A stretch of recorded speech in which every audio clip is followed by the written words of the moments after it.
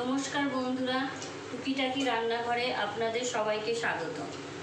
আজকে আমি বানাবো চিংড়ি মাছ দিয়ে আলু দিয়ে কারি। তাই প্রথমে চিংড়ি মাছগুলো দেখছেন আমি কত সুন্দর করে পরিষ্কার করে নিয়েছি, একদম একটা একটা করে পরিষ্কার করে নিয়েছি একদম সুন্দর করে। এবার আমি এর মধ্যে একটু এই যে লেবু দিয়ে দেবো, লেবুর রস দিয়ে দিলাম।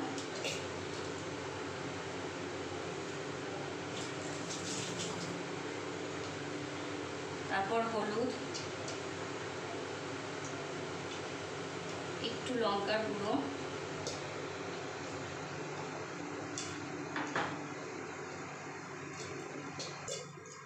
আর এই যে নুন দিয়ে দিলাম, দিয়ে আমি একটু ম্যারিনেট করে রাখবো।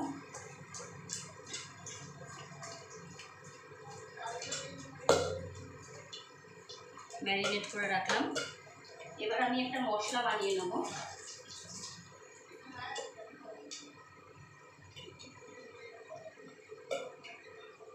এখানে একটা মশলা বানিয়ে নেব। মশলার মধ্যে আমি এই যে 5-6টা মতো কাজু বাদাম নিয়েছি, 1 চামচ হলুদ আর কালো সর্ষে মিশিয়ে নিয়েছি, মানে হাফ চামচ করে মিশিয়ে নিয়েছি। এখানে চারটে কাঁচা লঙ্কা দিয়ে দিলাম, আর 1.5খানা মতো টমেটো দিয়ে দেবো, একটা আর অর্ধেক, সব দিয়ে আমি একটা পেস্ট বানাবো। কাজু বাদামটা দিলে সর্ষের মধ্যে, তাহলে সর্ষেটা মিক্সিতে পেস্ট করার সময় তেতো হয়ে যাবে না, নাহলে তেতো হয়ে যায়। এবার আমি অল্প একটু জল দিয়ে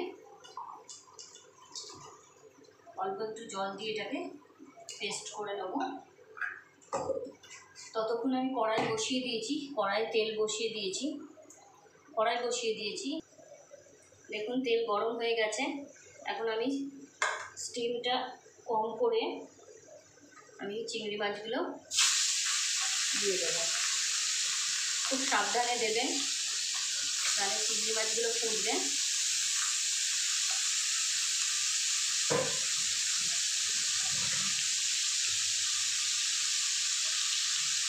চিংড়ি মাছগুলো একদম হালকা ভেজে নেবো, খুব বেশি ভাজবো না, নাহলে চিংড়ি মাছ শক্ত হয়ে যাবে।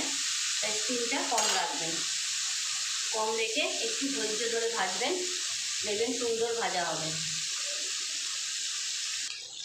দেখুন মাছগুলো ভাজা হয়ে গেছে, সুন্দর মাছগুলো ভাজা হয়ে গেছে। আমি মাছগুলো উঠিয়ে নিলাম।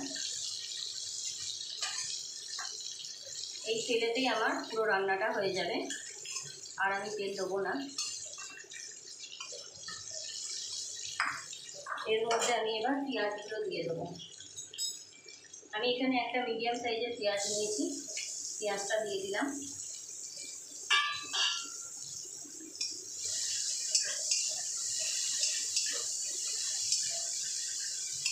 পেঁয়াজটা একটু ভাজা হলে তারপর আমি আদা রসুনের পেস্টটা দিয়ে দেবো।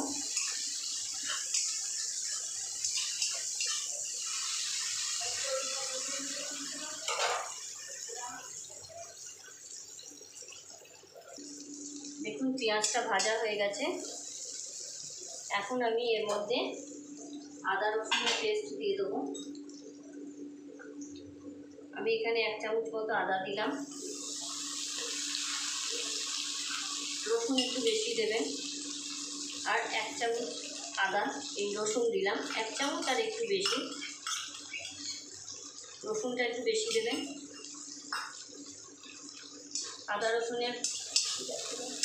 আদা রসুনের কাঁচা গন্ধটা কেটে গেলে তারপরে আমি এক এক করে হলুদ, আর বেশি কিছু মশলা দেবো না এর মধ্যে। আমি এখানে হলুদ আর শুধু লঙ্কার গুঁড়ো দেবো, বাস। আর যে মশলাটা আমি পেস্টটা বানিয়ে রেখেছি আপনাদের দেখাচ্ছি। দেখুন পেস্টটা বানিয়ে রেখেছিলাম, যে এই পেস্টটা দেবো। আগে আদা রসুনের গন্ধটা কেটে যাক। এর মধ্যে আমি টমেটো দিয়ে দিয়েছিলাম, তাই আলাদা করে আর টমেটো দেবো না। দেখুন আদা রসুনের গন্ধটা কেটে গেছে। এরপরে আমি এই পেস্টটা দিয়ে দেবো।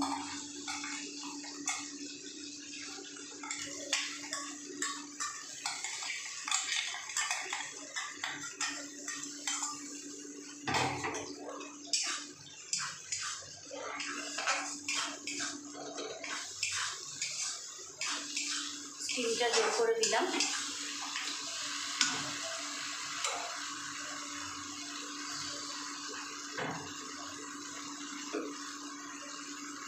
এখানে 1 চামচ হলুদ আর 1 চামচ কাশ্মীরি মির্চি দিলাম।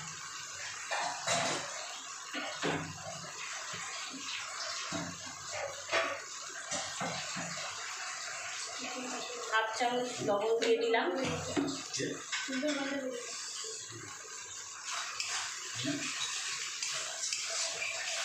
এবার মশলাটা ভালো করে কষিয়ে নেব।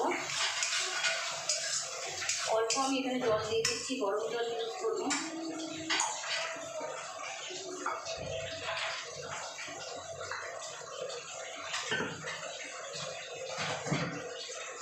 অল্প গরম জল দিয়ে দিলাম। নুনটা যে যার স্বাদ মতো দেবেন।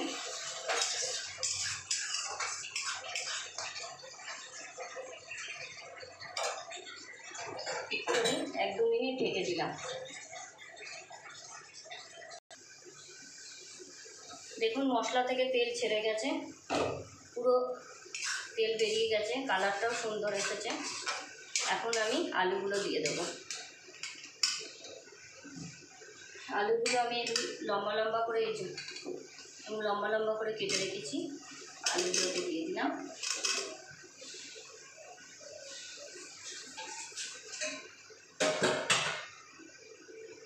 গ্যাসের স্টিমটা জোর করে দিয়েছি।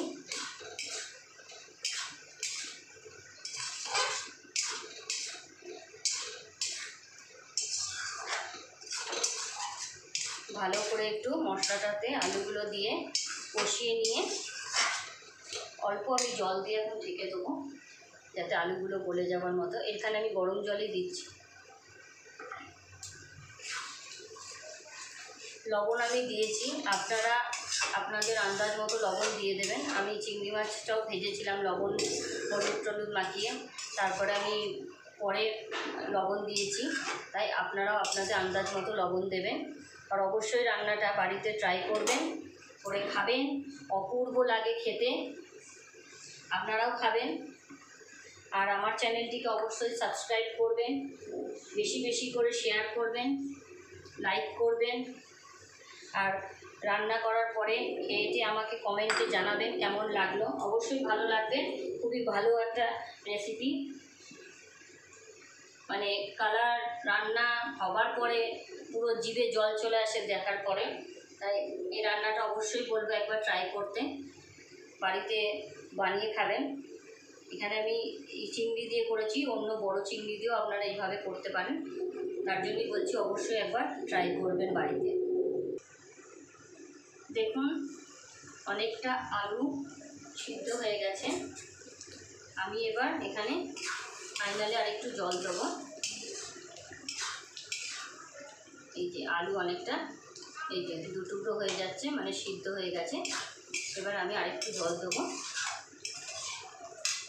আমি গরম জলই করে রেখেছিলাম 1 কাপ, এটার কাপের, এই যে এই কাপের 1 কাপ গরম জল করে রেখেছিলাম।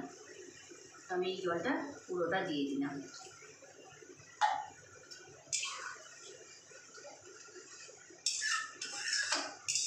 পুরো জলটা দিয়ে দিলাম। এবার আমি চিংড়ি মাছগুলো দিয়ে দেবো। আলুটা মোটামুটি 80% সিদ্ধ হয়ে গেছে। এবার আমি চিংড়ি মাছটা দিয়ে দিলাম, দিয়ে এবার আরও 2-4 মিনিটের জন্য, বেশিক্ষণ ফোটাবো না, 2-4 মিনিটের জন্য, বাস 2 মিনিট কি 3 মিনিটের জন্য আমি এটাকে ঢেকে দিলাম। আর স্টিমটা মিডিয়ামেই রইল, বেশি হাই ফ্লেমে দিইনি। হয়ে যাবে পুরো রান্নাটা এক্ষুনি।